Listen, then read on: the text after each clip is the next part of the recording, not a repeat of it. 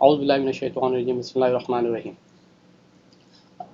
प्यारे बच्चों, ठाणे महानगर पालिका की जानिब से मुनक़्क़िद वर्चुअल क्लासरूम में आप सभी का जो है इस्तकबाल करता हूँ। मैं Sheikh Mohammed Sajid, TMC school number 8। अज़ीज़ तुलबा, आज का जो हमारा टॉपिक है, इस टॉपिक का नाम है सियासी पार्टियाँ। आप सभी जानते हैं कि सियासी पार्टियाँ किसे कहते हैं। हम अपने रोज़मर्रा के माहौल में मुख्तलिफ़ सियासी पार्टियों का जो है मुशाहिदा करते हैं, जायज़ा करते हैं और उनको अपनी आँखों से देखते भी हैं कि सियासी पार्टियाँ क्या अपने कैसे काम अंजाम देती हैं। प्यारे बच्चों, एक छोटा सा मैं आपके सामने इजमाली तारुफ अभी यहाँ पे पेश कर रहा हूँ, जिसमें आपको सियासी पार्टियों से मुतालिक मुख्तलिफ़ मालूमात आपको हासिल होगी। इसमें आपको मैं बता दूँ कि सियासी पार्टियाँ जो है इस जमहूरियत के लिए एक बहुत ही अहम कड़ी मानी जाती है। जिस तरह से जमहूरियत के अंदर इलेक्शन, जमहूरियत में इंतखाबात और दीगर चीज़ें मायने रखते हैं, उसी तरह से सियासी पार्टियाँ जमहूरियत के अंदर बहुत ज़्यादा मायने रखती है। जमहूरी पार्टियों का जो सफ़र है, सियासी पार्टियों का सफ़र ये हम अपने सैकड़ों बार जो है हम उसके बारे में पढ़ चुके हैं, उनके बारे में हम देख चुके हैं।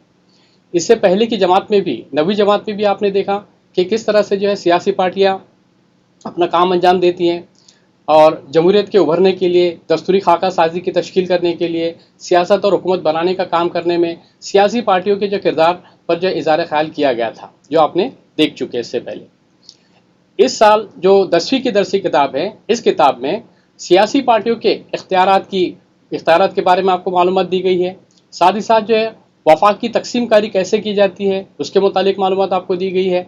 जमहूरी सियासत के अहद में सियासी तकसीमों की गुफ्तगूकार की हैसियत से सियासी पार्टियों पर सरसरी निगाह भी जो है इसके अंदर डाली गई है।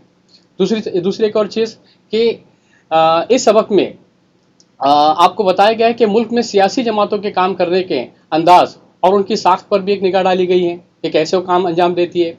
फिर सियासी पार्टियों का मौक़िफ़ क्या होता है, इस सबक में आपको देखने मिलेगा कि सियासी पार्टियों का मौक़िफ़ क्या है। इसके अंदर आपको और अपने पढ़ने मिलेगा कि हम दो उमूमी सवालों के ज़रिए जो है बहस का आगाज़ करते हैं। इसमें आपको दिया गया है, देखिए कि जमातों की हमें ज़रूरत क्यों है। हम अपने माशरे के अंदर भी देखते हैं कि अपने माशरे के अंदर हमको बहुत सारे ऐसी सियासी जमातें, तंजीमें देखने को हमको मिलती है जो लोगों को उन लोगों के फ़ायदे के लिए, लोगों के मफाद के लिए बनाई जाती है। किसी मकसद के हुसूल के लिए वो तंजीमें बनाई जाती है और जब लोगों को मकसद अपना मकसद लगने लगता है तो लोग क्या करते हैं, ऐसी जमातों से जुड़ना शुरू हो जाते हैं। और कहीं ना कहीं लोग, कोई भी इंसान अपने मफाद के लिए कोई जमात अगर बनाई जाए तो उसमें जुड़ना पसंद करते हैं, क्योंकि उसका फ़ायदा वहाँ पर होता है ना। दूसरी एक और चीज़ कि एक जमहूरियत के लिए कितनी जमातें मुनासिब है, जमहूरियत के लिए यानी डेमोक्रेसी के लिए कितनी जमातें अपने ज़रूरी है। एक जमात, दो जमात, तीन जमात या फिर कसीर तादाद के अंदर जमातें ज़रूरत है, ये एक सवाल हमारे सामने आता है। इन सवालों की रोशनी में अगर हम आज के हिंदुस्तान में कौमी और इलाकाई सियासी पार्टियों का अगर तारुफ कराते हैं और उसके बाद उस पर नज़र डालते हैं कि सियासी जमातों में क्या चीज़ नामुनासिब है और क्या गलत है, इसकी बाबत जो है कुछ किया जा सकता है। इसके मुतालिक जो आपको इस सबक के अंदर बताया जाएगा कि कौमी पार्टियों का रोल क्या है और इलाकाई पार्टियों का रोल क्या है, और कौमी पार्टियाँ कैसे काम अंजाम देती है, इलाकाई पार्टियाँ कैसे काम अंजाम देती है। ये तमाम बातें जो हम आपको इस सबक के अंदर जो बताने वाले हैं। देखिए नेक्स्ट स्लाइड। सबसे पहला आप समझ लीजिए कि कोई भी सियासी पार्टी हो, हर एक सियासी पार्टी का सबसे पहला मकसद या उसकी खुसूसियात कह सकते हैं आप उसको, कि सियासी पार्टियों की खुसूसियात क्या है। इन्हीं खुसूसियात की बिना पर वो अपने काम अंजाम देते रहते हैं और मकसद भी छुपा होता है उसके अंदर कहीं ना कहीं। सबसे पहला जो है खुसूसियत यह है सियासी पार्टी की कि इक़्तिदार हासिल करना। इक़्तिदार कहते हैं शासन को, सत्ता को, क्या बोलेंगे से, सत्ता हासिल करना। सियासी पार्टियों का मकसद इलेक्शन की तौसत से सिर्फ इक़्तिदार हासिल करना होता है कि जब भी इलेक्शन मुनक़्क़िद किए जाते हैं तो पहला मकसद उनकी आंखों के सामने होता है कि इक़्तिदार हासिल किया जाए, और इक़्तिदार हासिल करने के बाद अपनी जो भी पॉलिसियाँ अपनी सियासी पार्टियां बनाती है, इन तमाम अपने पॉलिसियों पर वो आगे चलकर अमल दरामदी करे। ठीक है। उसके बाद इस वजह से मुख्तलिफ सियासी पार्टियां हमेशा एक दूसरे से नब्ज आजमा रहती हैं। इस तरह की मुकाबला आ रही नामुनासिब बिल्कुल नहीं है ना, क्योंकि इलेक्शन में जमहूरियत के अंदर जो है कहीं ना कहीं मुकाबला आ रही ज़रूरी है। हर पार्टी चाहती है कि वो अवाम की निगाह के अंदर और अपने जितने भी वोटर्स हैं इनकी निगाह के अंदर वो अच्छा बनने की कोशिश करती है। इसलिए इलेक्शन से कबल ही वो अपनी तैयारियां शुरू कर देती हैं और बहुत सारे लोगों को रिझाने की कोशिश करती है। जहां तक हो सके वो अवाम के कामों को मुकम्मल करने का और अवाम के कामों को पूरा करने का, अवाम के मफादात पर पूरा खरा उतरने की कोशिश करती रहती हैं, है ना। अलबत्ता एक चीज ये कह सकते हैं हम कि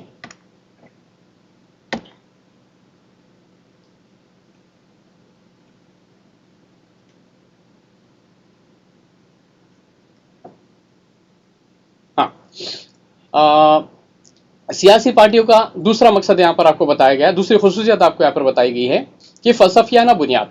ठीक है, फलसफियाना बुनियाद, कोई भी पार्टी का अपना एक फलसफा होता है। जितनी सियासी पार्टियां आज आप हमारे मुल्क में देख रहे हैं, हिंदुस्तान में देख रहे हैं, ये हर एक पार्टी का कोई ना कोई फलसफियाना बुनियाद है। हर सियासी पार्टी मखसूस पॉलिसियों और नजरियात की हामी होती है, एक नजरिए को लेकर चलती है। आप हिंदुस्तान में देख लीजिए कि हिंदुस्तान में ऐसे आपको बहुत सारी पार्टियां मिलेंगी जो किसी ने जो है ज़बान की बुनियाद पर अपनी पार्टी को बनाया, किसी ने मज़हब की बुनियाद पर अपनी पार्टी को बनाया, किसी ने जो है ज़ात की बुनियाद पर, और किसी ने जो है अपने इलाक़ायत की बुनियाद पर जो है पार्टियों को बनाया और लोगों को जो जोड़ने का काम उन्होंने किया। तो हर पार्टी का अपनी एक पॉलिसी है, हर पार्टी की अपनी जो है अपना एक नज़रियात है, अपने एक नज़रियात है। अवामी मसाइल के मुतालिक से उनका मखसूस नुक्ता नज़र होता है। देखिए जितनी भी पार्टियां हैं इन सब का अवाम के ताल्लुक से एक मखसूस नुक्ता नज़र है। क्या नुक्ता नज़र है इनका कि एक मकसद के लिए लोगों को पहले तो एक प्लेटफॉर्म पे लाया जाए और उनके जो मसाइल हैं उन मसाइल का तदारुक किया जाए, उन मसाइल को जो है हल किया जाए। हर इंसान कुछ ना कुछ अपनी लाइफ के अंदर, अपनी ज़िंदगी के अंदर कोई ना कोई मसाइल से दो चार होते रहता है, और जब उसको मसाइल आते हैं तो उसका हल तलाश करता है। अगर उसे किसी तंजीम के अंदर या जमात के अंदर या किसी पार्टी के अंदर अपने उस मफाद का हल नजर आता है तो उससे जुड़ना पसंद करता है। ठीक है। दूसरी चीज कि इन सब से मिलकर जो है पार्टी का फलसफा वजूद में आता है। नजरियात की वजह से क्या होता है, पार्टी का फलसफा भी वजूद में आता है। दूसरा, जो लोग इस फलसफे को सही समझते हैं वो इस पार्टी की हिमायत करते हैं, और जो लोग अपने समझते हैं कि हाँ इस पार्टी का जो फलसफा है ये वाकई में जो है बहुत अच्छा है, सेकुलर फलसफा है, या फिर जो भी अपने फलसफा है ना, उस फलसफे से क्या करते हैं लोग जुड़ना अपने पसंद करते हैं। पार्टी को लोगों की जो हिमायत हासिल होती है उसी को कहा जाता है अवामी हिमायत। क्या कहते हैं उसे? अवामी हिमायत। और इस अवामी हिमायत की बिना पर ही पार्टियां इलेक्शन में हिस्सा लेती हैं और इंतखाबात लड़ती है, अपने नुमाइंदों को अपने इलेक्शन में उतारा जाता है और फिर इस तरह से वोट हासिल किए जाते हैं, अपने अवाम से जो वोट मांगे जाते हैं। मौजूदा ज़माने में तमाम सियासी पार्टियों का फलसफा तकरीबन आपको यकसा नजर आएगा, एक जैसा नजर आएगा आपको, है ना। बहुत सारी पार्टियों का जो है फलसफा कहीं ना कहीं जो है मैच खाता है, कहीं ना कहीं जो है आपस में मिलता जुलता है। कुछ पार्टियां हैं ऐसी जिनका फलसफा जो है एक दूसरे से बिल्कुल मुख्तलिफ है, एक दूसरे से बिल्कुल तजाद है। कैसा रखता है? एक दूसरे से तजाद रखता है बिल्कुल। इस वजह से पार्टियों में फलसफे की बुनियाद पर फर्क करना मुश्किल हो गया है। लेकिन आज की कंडीशन में पार्टियों में अगर आप देखेंगे तो फलसफे की बुनियाद पर फर्क करना बड़ा मुश्किल काम हो चुका है। अब हम तीसरा इसका खुसूसियत देखेंगे पार्टियों की, सियासी पार्टियों की क्या है। Party programme. अब देखिए पार्टी प्रोग्राम क्या होता है।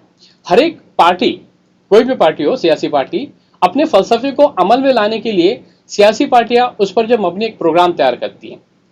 जब पॉलिसी बनाती है तो पॉलिसी बनाने के बाद कोई ना कोई प्रोग्राम लिया जाता है और उस प्रोग्राम के ऊपर अमल आवरी की जाती है। इसी को कहा जाता है पार्टी प्रोग्राम। इक़्तिदार मिलने पर प्रोग्राम पर अमल दरामद किया जाता है। और देखिए हर पार्टी का मौक़िफ़ ये होता है सबसे पहला तो कि किसी तरह से जो हमको इक़्तिदार मिल जाए। इक़्तिदार अगर मिलता है तो बनाई हुई पॉलिसियों पर अमल करना आसान होता है। जब तक कि इक़्तिदार नहीं मिलेगा पॉलिसियों पर अमल आवरी भी अपने करना मुमकिन नहीं होगा। इसीलिए सबसे पहला मकसद होता है इक़्तिदार मिलना और फिर प्रोग्राम पर जो है अमल आवरी करना। ठीक है, यह अमल दरामद किया जाता है। इक़्तिदार ना मिले तब भी उस प्रोग्राम की मदद से अवाम की हिमायत हासिल करने की कोशिश की जाती है।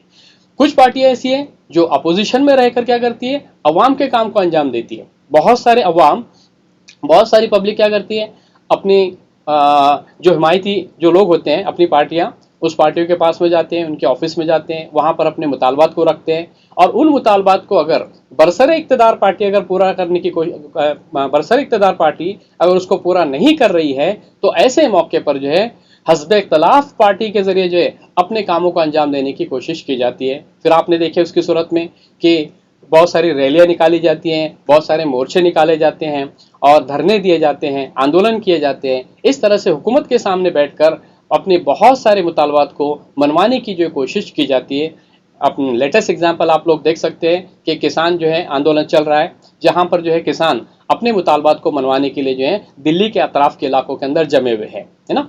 ठीक है, अगला पॉइंट हम देखें कि चौथी खुसूसियत है कि हुकूमत कायम करना।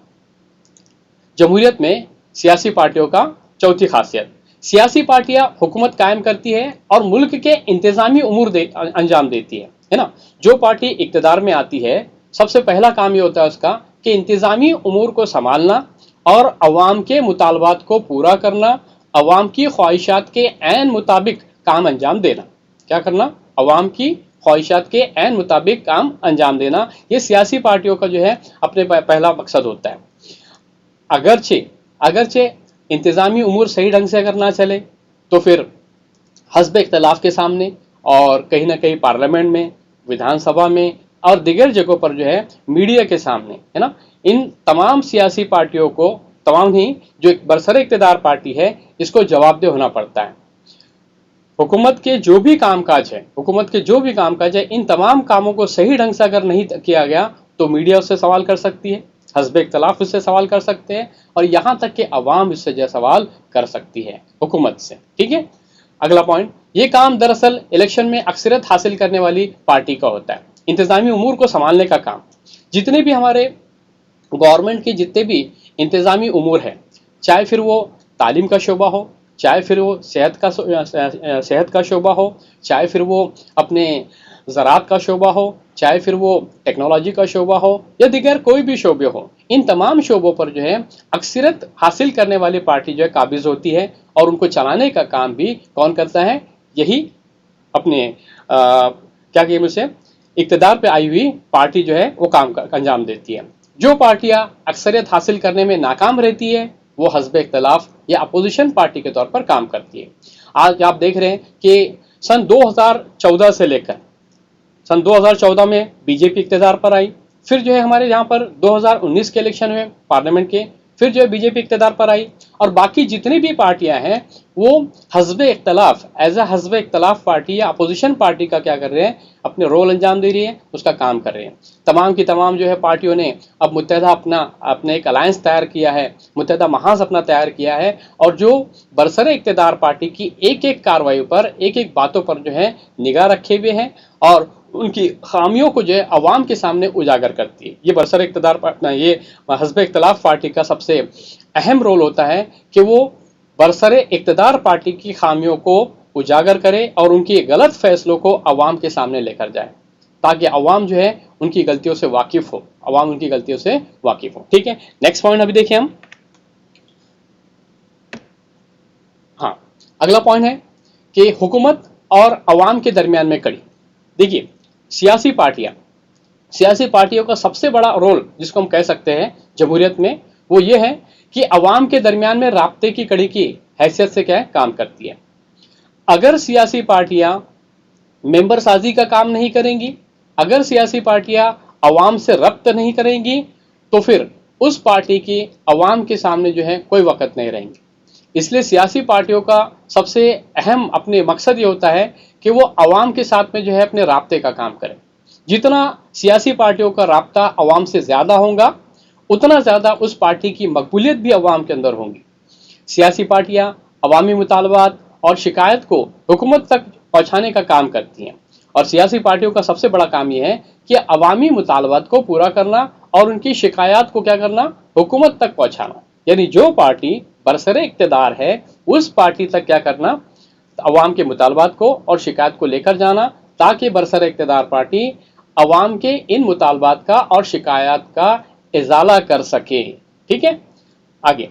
जबकि हुकूमत पार्टियों के तौसत से अपनी पॉलिसियों और प्रोग्राम पर हिमायत हासिल करने की कोशिश करती है, जबकि जो पार्टी बरसरे इक़्तिदार होती है उस पार्टी का काम ये होता है कि वो हुकूमत की तौसत से या हुकूमत पार्टियों की तौसत से क्या करती है, अपनी पॉलिसियों को और अपने प्रोग्राम को जो है अवाम के सामने रखती है और बताती है कि हम ये फला फला कामों पर हम क्या कर रहे हैं, काम अंजाम दे रहे हैं और हम आपके मुतालबात और आपकी अपनी ख्वाहिशात के ऐन मुताबिक क्या कर रहे हैं, मुल्क में बहुत सारे कामों को अंजाम देने की कोशिश कर रहे हैं, आपको कोई तकलीफ नहीं होगी। इस तरह के जो है बहुत सारी पॉलिसियां वक्तन फ़ौक्तन क्या करती है, बरसर इक़्तिदार पार्टी पेश करते रहती है और अवाम को खुश करने की कोशिश करते रहती है। ठीक है, नेक्स्ट पॉइंट।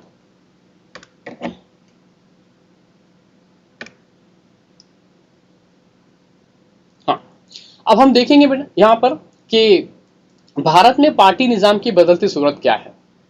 आप सभी जानते हैं कि हमारा जो मुल्क भारत है ये मुख्तलिफ धर्मों, मुख्तलिफ जातियों, मुख्तलिफ ज़ातों और मुख्तलिफ रंग व नस्ल के लोगों से मिलकर बना मुल्क है। हमारे मुल्क की खासियत ये है कि हमारे मुल्क जो है ये रंगारंग खसूसियत रखता है। क्या रखता है? रंगारंग खसूसियत। रंगारंग से मुराद ये है कि हमारे मुल्क में अनेकता में एकता पाई गई है। क्या पाई गई हमारे मुल्क में? अनेकता में एकता पाई गई है ना।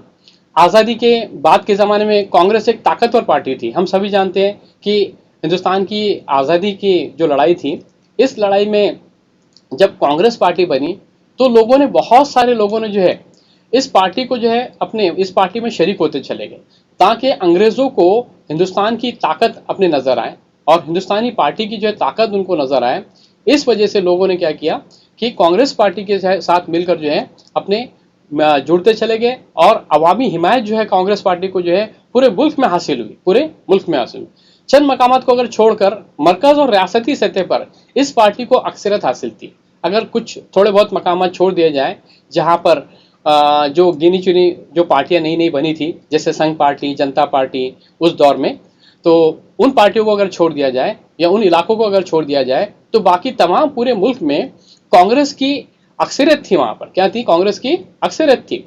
मुल्की सियासत पर अपनी मस्कुरा पार्टी की गिरफ्त बहुत ज्यादा मजबूत थी। पूरे हिंदुस्तान के अंदर 1951 और 52 का जब इलेक्शन हुआ पहली मरतबा, तो इलेक्शन के बाद से लेकर तो 1975 तक, यानी 1975 तक जो है कांग्रेस पार्टी इक़्तिदार पर रही। तो कांग्रेस पार्टी जो है एक मजबूत पार्टी के तौर पर जो है अपनी गिरफ्त जो बनाई हुई थी। इस वजह से उस जमाने के पार्टी निज़ाम का अगर जिक्र किया जाए तो एक मजबूत पार्टी निज़ाम की हैसियत से किया जा सकता है ना। कौन सा दौर? 1951 से लेकर तो 1975 तक का जो ज़माना है एक मजबूत पार्टी निज़ाम का ज़माना हिंदुस्तान के अंदर रहा। और इसीलिए जो है उसके बाद जो है अगर आप देखें तो आपको पता चलेगा कि एक मजबूत पार्टी निज़ाम को 1977 में 1977 के अंदर जनता पार्टी के तौर पर एक चैलेंज मिला। किसके तौर पर? जनता पार्टी के तौर पर, जो आज की कंडीशन में आप देखेंगे जिसका नाम बीजेपी है, भारतीय जनता पार्टी, जो उस जमाने के अंदर 1977 में 1977 में उन्होंने उसको चैलेंज भी किया था और गैर कांग्रेसी पार्टियों ने मुत्तहिद होकर ये चैलेंज दिया था। और आपको बता दूं मैं कि 1977 में जो है ये जनता पार्टी या फिर बीजेपी जो जिसे कहते हैं हम, वो इक़्तिदार पर आई थी। कौन सी? ये पार्टी इक़्तिदार पर आई, लेकिन ज़्यादा वक्फा जो है इन्होंने मुल्क की जो बागडोर या इक़्तिदार को नहीं संभाल पाए और फिर से जो है अपने दोबारा जो है बाद में इलेक्शन हुए, फिर से जो है कांग्रेस इक़्तिदार पर आई बाद में। क्या आप जानते हैं, एक छोटी सी मालूमात आपके सामने और बता दूं कि किसी एक सियासी पार्टी के हाथों में तवील अरसे तक जब कोई इक़्तिदार हो और सियासत पर किसी दूसरी पार्टी का असर ना हो, उसे एक पार्टी निज़ाम कहते हैं। जैसे हमारे मुल्क के अंदर 1951 से लेकर तो 1975 तक का जो ज़माना था, ये एक पार्टी वाला निज़ाम था। क्या था? क्योंकि पूरे मुल्क में सिर्फ एक ही पार्टी काबिज थी, एक ही पार्टी इक़्तिदार पर अपने काबिज थी, जिसका नाम था कांग्रेस पार्टी, है ना, इंडियन नेशनल कांग्रेस पार्टी। चलिए, दोस्तों उसको कहा गया है एक पार्टी निज़ाम, है ना।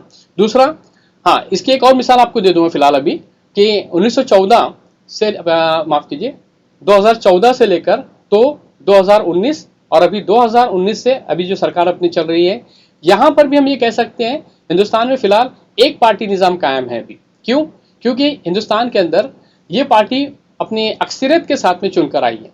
इस पार्टी ने किसी के भी साथ अगर महाज भी अगर किया है तो भी जो है इस पार्टी को कोई फर्क पड़ता नहीं है ना।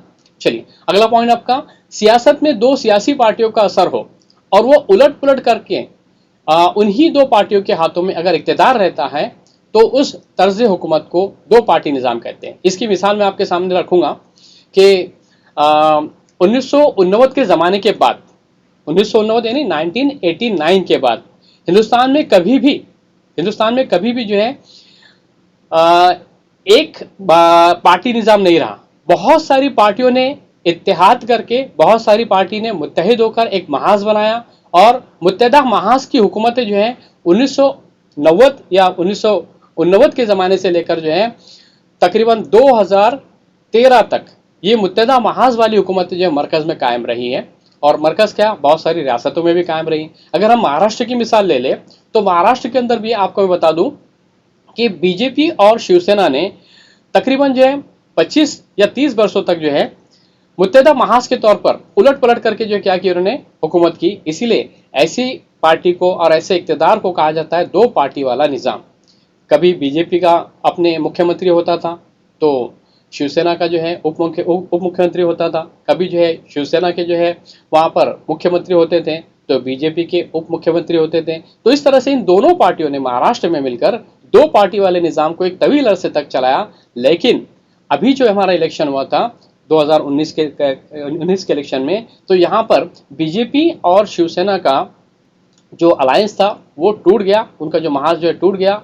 और अब शिवसेना ने महाराष्ट्र के अंदर राष्ट्रवादी कांग्रेस और कांग्रेस के साथ जो है मुत्तहदा महाज करके अपनी हुकूमत बनाई। ठीक है, तीसरा पॉइंट देखते हैं हम, कई सियासी पार्टियां इक्तदार की दौड़ में हो और सबका कम ज्यादा सियासी असर हो तो उसे कसीर पार्टी निज़ाम कहा जाता है। देखिए कसीर पार्टी निज़ाम से मुराद क्या है कि बहुत सारी पार्टियां जब मिलकर इक्तदार पर आती है। इसकी मिसाल मैंने आपको इससे पहले भी दिया, फिर एक मरतबा रिपीट करता हूं कि 1990 के बाद 1990 के बाद मरकज में अगर आप देखें तो वहां पर आपने देखा होगा चाहे चंद्रशेखर आज़ाद इक्तदार पर आए हो, वजीर आजम जब बने थे तब बहुत सारे पार्टियों ने मिलकर कसीर पार्टियों का निज़ाम वहाँ पर आपको नजर आएगा। देवेगौड़ा साहब की जब हुकूमत थी तब भी आपको नजर आएगा। वीपी सिंह साहब जब अपने मुख्यमंत्री थे, अपने माफ कीजिए वजीर आजम थे, तब भी जो है आपको वहाँ पर कसीर पार्टी वाला निज़ाम आपको नजर आएगा। और इतना ही नहीं, जब अटल बिहारी वाजपेयी साहब मौजूद थे तब भी जो है आपको कसीर पार्टी वाला निज़ाम मरकज में आपको नजर आया था, है ना। ये मैंने आपके सामने 4 वज़ीर आज़म की मिसालें आपके सामने दिया हूँ, चंद्रशेखर आज़ाद, देवेगौड़ा और वीपी सिंह और अटल बिहारी वाजपेयी, और दिगर बहुत सारे और भी हैं। तो उस ज़माने के अंदर आपने देखे कि वहाँ पर अलायंस की हुकूमत थी, वहाँ पर जो है मुत्तहदा महाज की हुकूमतें थी। इसी को कहा जाता है कसीर पार्टी निज़ाम। ठीक है, अगला पॉइंट है हमारा। हाँ, अब सबसे पहले आप ये भी जान लीजिए कि आपके सिलेबस में आपको 2 बातें खास करके बताई गई हैं कि इस सबक के एतबार से मैं कह रहा हूँ आपको कि इस सबक में आपको 2 चीज़ें खास हैं। एक तो है आपका कौमी पार्टियां किसे कहते हैं और दूसरा आपका इलाकाई पार्टियां। तो कौमी पार्टियां होने की क्या शराइत है और इलाकाई पार्टियां होने की क्या शराइत है, ये आपको जानना बहुत ज़रूरी है। क्योंकि हमको पार्टियों के बारे में तो सब कुछ मालूम होता है कि फला पार्टी का नाम क्या है, वो क्या है, लेकिन कौमी पार्टी क्यों कहा जाता है और इलाकाई पार्टी क्यों कहा जाता है, ये जानना बहुत ज़रूरी है, ये जानना बहुत ज़रूरी है। तो इलेक्शन कमीशन की जानिब से कुछ शराइतें जो है दी गई हैं कौमी पार्टी और इलाकाई पार्टी किसे कहते हैं उसके बारे में। कौमी पार्टी की हैसियत से मंजूरी हासिल करने के लिए इलेक्शन कमीशन की आयत करदा शराइत की तकमील करना पड़ती है। क्या है वो शराइत, तो आपके सामने दी गई है। 2 शराइत है। एक अलिफ में दिया गया आपको 4 या जायद रियासतों में लोकसभा या विधानसभा के पिछले इलेक्शन में कम से कम 6% वोट हासिल करना जरूरी है। देखिए पहली शर्त में क्या है कि 4 या उससे जायद रियासतों में, जैसे एक मिसाल दे रहा हूं आपको, जैसे महाराष्ट्र है, मध्य प्रदेश है, उत्तर प्रदेश है, तेलंगाना है, या फिर आपका आंध्र प्रदेश है, या फिर गुजरात है, या फिर अपने कोई और रियासत हो। तो इन 4 रियासतों में लोकसभा के इलेक्शन यानी पार्लियामेंट के इलेक्शन और विधानसभा के जो इलेक्शन हमारे होते हैं एमएलए के इलेक्शन, उन इलेक्शन में कम से कम 6% वोट हासिल करना जरूरी है। कितने? यहाँ पर फीसद बताया आपको, कितने फीसद बताया गया है, 6% वोट मिलना जरूरी है। मिसाल कैसे, अगर कहीं पर जो है 100 वोटर्स है आपके, है ना, तो इन 100 वोटर्स में तकरीबन वहां पे 6 वोट मिलना जरूरी है। अगर 1000 है तो कितने, 60 मिलना जरूरी है ना, 60 मिलना चाहिए। तो आप इस तरह से जो उसका कैलकुलेशन लगा सकते हैं। इसी तरह पिछले इलेक्शन में किसी भी रियासत से या रियासतों से लोकसभा के लिए कम से कम 4 अरकान का मुंतखब होना जरूरी है। दूसरी शर्त आपको यहाँ बताई गई कि पिछले इलेक्शन में, मिसाल के तौर पर अभी जो इलेक्शन हुए थे 2019 और पिछला जो इलेक्शन था 2014 का इलेक्शन, तो उस इलेक्शन में अगर अपने रियासतों से कह लीजिए या फिर लोकसभा से कम जो 4 अराकीन का चुनकर आना जरूरी है। उनके 4 जो अराकीन, 4 उनके नुमाइंदे चुनकर आए तो जो है ऐसी पार्टियों को कहा जाएगा क्या, कौमी पार्टियां, क्या कहेंगे उसे, कौमी पार्टी। या फिर दूसरी एक शर्त है और कि लोकसभा के मजमूई इंतखाबी हलकों से, जो मजमूई इंतखाबी हलके जितने भी दिए हैं लोकसभा के, है ना, उन हलकों में से कम 2% हल्का इंतखाब से और कम 3 रियासतों से उम्मीदवारों का मुंतखब होना जरूरी है। यहाँ पर भी बताया गया है कि अपने मजमूई इंतखाबी हलकों से कम 2% जो है हल्के इंतखाब से चुनकर आना जरूरी है। और तीसरी अपने उसकी एक और शर्त बताई है कि कम 3 रियासतों से उम्मीदवार का मुंतखब होना जरूरी है।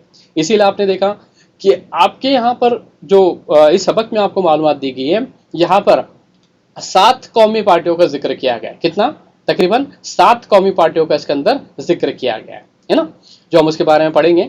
इससे पहले का जो सिलेबस था, अपने जो सिलेबस अभी आपको नहीं है, पहले के सिलेबस में उस जमाने में पहले वहां पर 6 कौमी पार्टियां हुआ करती थी, लेकिन अब आपके सामने जो है 7 कौमी पार्टियों का जिक्र किया गया है।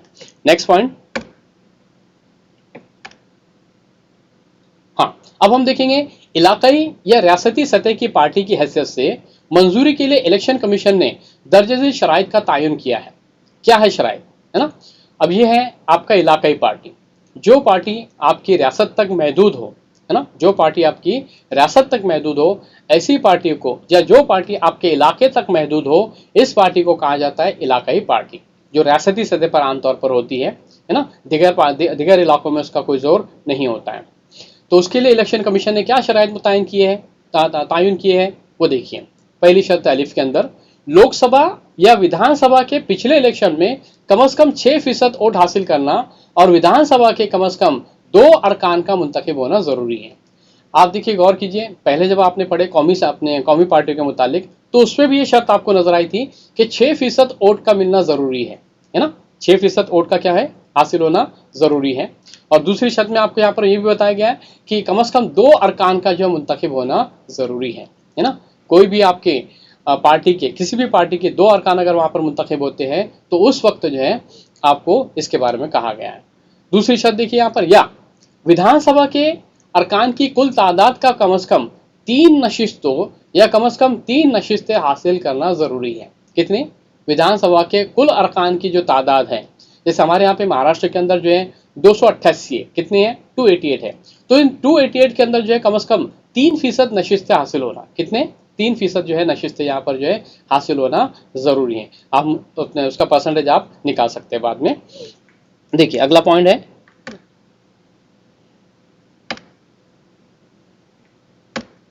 हाँ, अब हम यहाँ पर कौमी पार्टियों के ताल्लुक से मालूमात हासिल करेंगे कि कौमी पार्टियां किसे कहते हैं और कितनी कौमी पार्टियां हैं, है ना। कौमी पार्टियां किसे कहते हैं वो तो हम देख चुके हैं, लेकिन अब यहाँ पर हम एक एक कौमी पार्टियों का जो तारुफ यहाँ पर देखेंगे।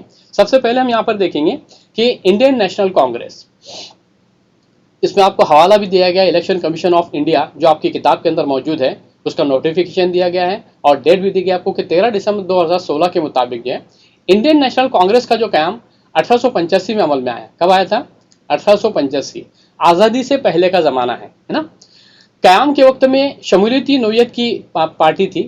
क्याम के वक्त में जब पार्टी बनी तो लोगों को शमूलियत करने के लिए, लोगों को पार्टी के अंदर जो है शामिल करने के लिए जो इस पार्टी को बनाया गया था, ताकि आज़ादी की लड़ाई और आज़ादी की जद्दोजहद जो है वो तेज़ होती जाए और लोग उससे जुड़ते चले जाएं और इस तरह से अंग्रेज़ों को मुल्क से निकालना आसान हो। इस नोयत पर जो है एक शमूलियती पार्टी के तौर पर जो है इसका कायम अमल में आया था, जो मुल्क की आज़ादी जद्दोजहद हासिल करने वाली एक तहरीक भी थी, है ना, हमारे मुल्क की एक तहरीक थी।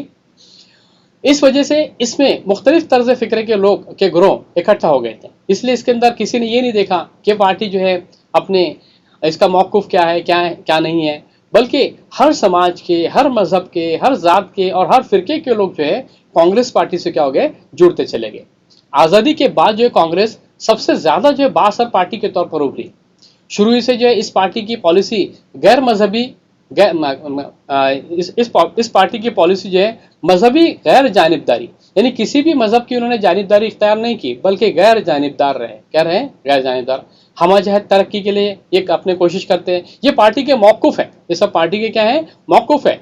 हम जहद तरक्की के लिए उन्होंने कोशिश की। कमज़ोर तबकात और अक़लियती फ़िरक़ों के लिए उन्होंने मसावी हुकूक, वसी समाजी फलाह बहबूद पर जो है मरकूज़ है। ये पार्टी के मेन मौक़िफ़ है कि ये पार्टी कौन से फ़लसफ़े को लेकर चल रही है। ये आपके सामने जो बताया गया है ये पार्टी का फ़लसफ़ा है। क्या ये पार्टी का फ़लसफ़ा है जिसकी बुनियाद पर ये पार्टी क्या कर रही है? काम कर रही है। पार्टी ने अपने मज़कूरा पॉलिसी के मुताबिक जो है कई अपने प्रोग्रामों पर जो है अमल आवरी भी किए। अब मैं आपको इसके बारे में और थोड़ी सी मालूमात दे दूं कि इंडियन नेशनल कांग्रेस के जो फाउंडर थे, फाउंडर उनके नाम भी आपको मैं बता दूं। ये है उनके founder, Allan Octavian Hume, founder Indian National Congress. आप जानते हैं कि इसको कब उन्होंने फाउंड किया है ना, कब उसको फाउंडेड किया? 1885 के अंदर एक अंग्रेज अफसर के जरिए जो है अपनी ये तामीर करता है। इसकी बुनियाद रखी गई है। आज के फिलहाल में इसके जो सदर हैं मोहतरमा Sonia Gandhi, president of Indian National Congress. आप सभी जानते हैं, देखे आपने सभी ने सोनिया गांधी जी की तस्वीर, आपको पता है ना? ठीक है, अब हम आगे बढ़ते हैं। नेक्स्ट, दूसरी पार्टी के बारे में। क्या है दूसरी पार्टी का? Communist Party of India. देखिए, मैं आपको थोड़ा सा इसके ताल्लुक से और बता दूं कि आपको पता होना चाहिए कि यूरोप में जब पहली आलमी जंग की शुरुआत हुई थी, तो पहली आलमी जंग के वक्त में दो महाज बन गए थे, अलग अलग दो ग्रोह बन गए थे अलग। एक था इत्यादी ग्रोह और एक जो था तुम्हारा वो अपने मुखालिफ ग्रोह। तो उसके अंदर जर्मनी, तुर्की और ऑस्ट्रिया, ये एक अलग ग्रोह था। और दूसरी जानिब जो है इंग्लिस्तान, फ्रांस और अमेरिका और रूस वगैरह, ये एक अलग ग्रोह था उस ज़माने के अंदर। तो 1917 के ज़माने के अंदर, 1917 में रूस के अंदर जब इक़्तिदार पलटा और वहाँ पर लेनिन जब इक़्तिदार पर आए, लेनिन बहुत मशहूर शख्सियत गुजरी है तारीख में। जब वो इक़्तिदार पर आए, उनकी पार्टी का नाम था बोल्शेविक पार्टी। वो जब इक़्तिदार पर आए तो सबसे पहला उन्होंने काम किया 1917 में कि अपने आप को पहली जंग से उन्होंने अलहदा कर लिया। और पहली जंग से अलहदा करने के बाद उन्होंने कार्ल मार्क्स के फ़लसफ़े पर, किसके? कार्ल मार्क्स के फ़लसफ़े पर उन्होंने अमल आवरी की और अपने मुल्क में बहुत ज़्यादा जो है अपनी तब्दीलें लाई। उन्होंने ज़राअत में तब्दीलें लाई, नई करेंसी उन्होंने जो है वहाँ पे चेंज की, क्योंकि रूस के अंदर उस ज़माने के अंदर बहुत ज़्यादा काला धन जो है बड़े बड़े अमीरों उमराओं के पास में जो है रखा हुआ था। तो उस काले धन को ख़त्म करने के लिए उन्होंने नई करेंसी भी जो उन्होंने वहाँ पर लाई। और जो लोग बेज़र थे, बेज़र से मुराद जिनके पास में ज़मीनें नहीं थी, ऐसे लोगों को उन्होंने क्या किया? ज़मीनें तकसीम की। किससे लेकर? साहूकारों से लेकर, बड़े बड़े ज़मींदारों से, जागीरदारों से लेकर उन्होंने क्या किया? उनको ज़मीनें वहाँ पर दी और मुल्क में जो मसावी तकसीम ज़मीनों की करवाई वहाँ पर।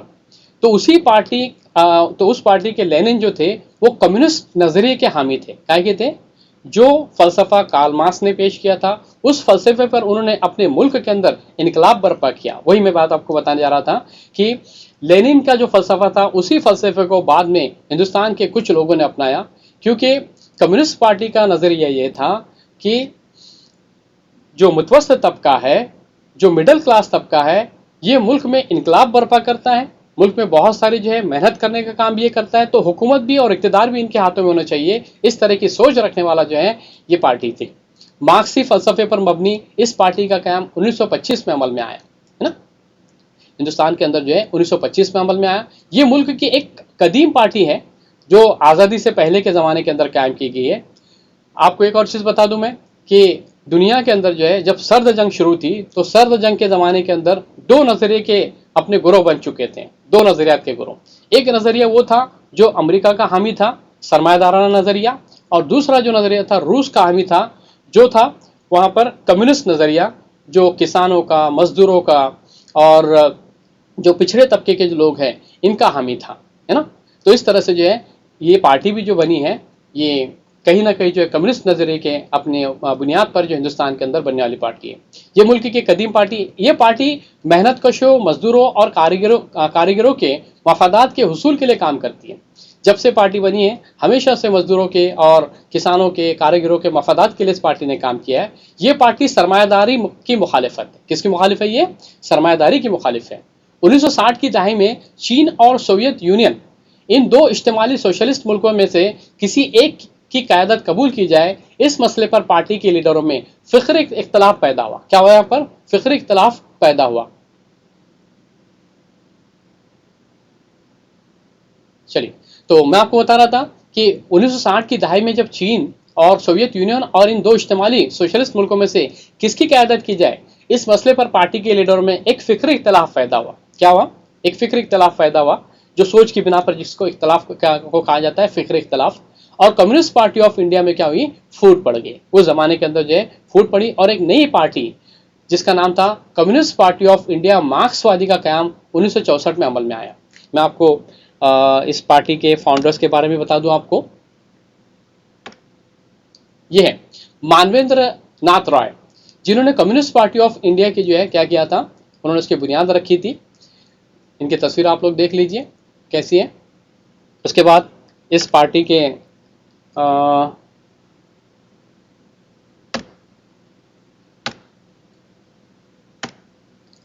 इस पार्टी के जो सेक्रेटरी है जिनका नाम डी राजा है ना, कम्युनिस्ट पार्टी ऑफ इंडिया के।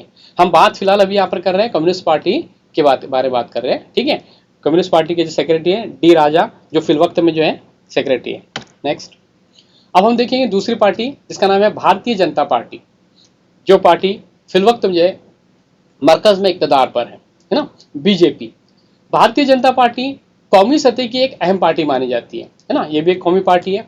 भारतीय जनसंघ पार्टी 1951 में कायम हुई थी। आपको मैंने जैसे बताया कि 1951 के अंदर जो है भारत अपने जनसंघ पार्टी नाम की एक पार्टी कायम हुई थी। 1977 में कायम होने वाली जनता पार्टी, फिर 1977 में एक पार्टी और बनी जनता पार्टी। उस जनता पार्टी के अंदर जनसंघ पार्टी जम हो गई थी, यानी मिल गई थी उसके अंदर, ठीक है। लेकिन जनता पार्टी ज्यादा अरसे तक जो कायम नहीं रह सकी। जनता पार्टी के टूटने पर भारतीय जनसंघ ने भारतीय जनता पार्टी के नाम से 1980 में एक नई पार्टी की बुनियाद रखी। इस पार्टी की जो बुनियाद रखी गई है 1980 के अंदर बुनियाद रखी गई, जो दो पार्टियों से मिलकर जो है बाद में तीसरे नाम से अपनी पार्टी बनी, भारतीय जनता पार्टी। पहले शुरुआत में आपने देखा अपने जनसंघ पार्टी, फिर बाद में जनता पार्टी, फिर बाद में इसका जो है नाम तब्दील होकर बना भारतीय जनता पार्टी 1980 के अंदर। इस पार्टी का मौक़िफ़ है कदीम भारतीय तहजीब व रिवायात का तहफ़्फ़ुज़ करना। इस पार्टी का जो फलसफा है या इसको मौक़िफ़ कहेंगे कि कदीम भारतीय तहजीब की हिफाजत करना। जितने भी हिंदुस्तान के अंदर पुरानी तहजीब है, उस पुरानी तहजीब को अपने कायम रखना, उस रिवायत का तहफ़्फ़ुज़ करना, ये उसकी जो है अपने मेन मौक़िफ़ है। और साथ ही साथ जो है अपने हिंदू धर्म के जो लोग हैं उनको आपस में जोड़े रखना, ये भी जो है उनका एक मौक़िफ़ है। ये पार्टी माशी इस्तिलाहात पर जो जोर देती है, साथ ही साथ जो इस पार्टी ने कुछ माशी इस्तिलाहात पर भी जोर दिया है। अब मैं आपको इस पार्टी के जो फाउंडर है उनके बारे में बता दूं। देखिए, AB यानी अटल बिहारी वाजपेयी।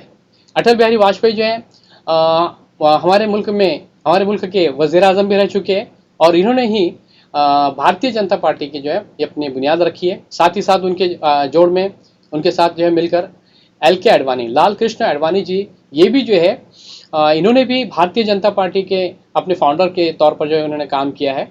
इस तरह से इन दोनों शख्सों की अपनी कोशिशों और जद्दोजहद की वजह से जो है ये पार्टी वजूद में आई है। अगला पॉइंट, अब हम देखेंगे कि फिल वक्त में अभी आज के दौर में भारतीय जनता पार्टी के जो सदर हैं या प्रेसिडेंट जिसे हम कहेंगे, JP नड्डा, ये सदर हैं। कौन है? और आप सभी जानते हैं, अपने दूसरी तस्वीर में आप देख रहे हैं राइट हैंड की तरफ कि PM Narendra Modi ji, prime minister of India Narendra Modi ji, जो हम इस पार्टी के वज़ीर आज़म हैं। आप सभी जानते हैं, जो तकरीबन 2014 से जो है मुल्क के जो वज़ीर आज़म की हैसियत से क्या कर रहे हैं, काम अंजाम दे रहे हैं।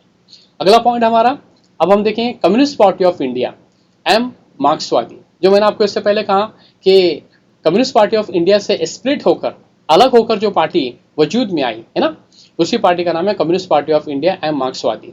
ये पार्टी समाजवाद, गैर गैर मजहबी गैर जानिबदारी और जमहूरियत के हामी है, जमहूरियत की हामी है।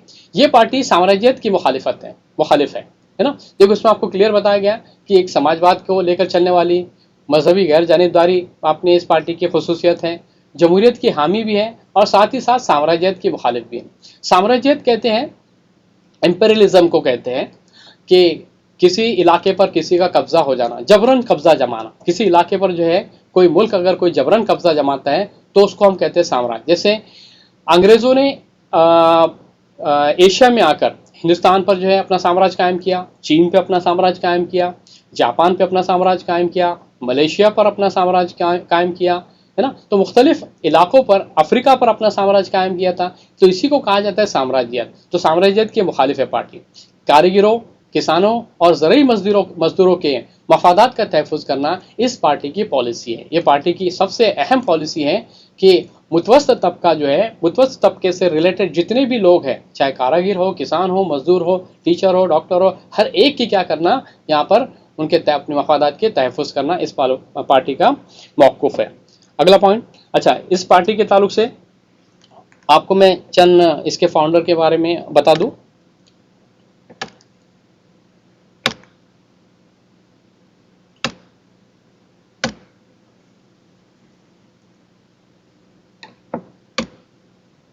हाँ, देखिए, इस पार्टी की बुनियाद जिन्होंने रखी थी उनका नाम था ज्योति बसु। ज्योति बसु जी ने अपने इसकी बुनियाद रखी थी। उसके बाद इसके जो सेक्रेटरी है उनका नाम है सीताराम येचूरी। ठीक है।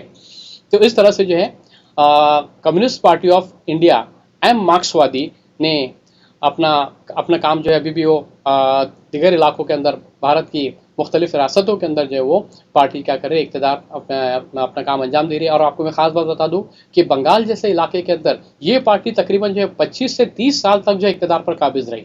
ठीक है, नेक्स्ट। ठीक है, इंशाल्लाह लेसन हमारा अभी बाकी है। नेक्स्ट अपने लेसन में, अपने माफ़ कीजिए, नेक्स्ट पीरियड में जो है हम बकिया लेसन को कंप्लीट करने की कोशिश करेंगे इंशाल्लाह। अभी टाइम ख़त्म हो चुका है। जज़ाकल्लाह, शुक्रिया।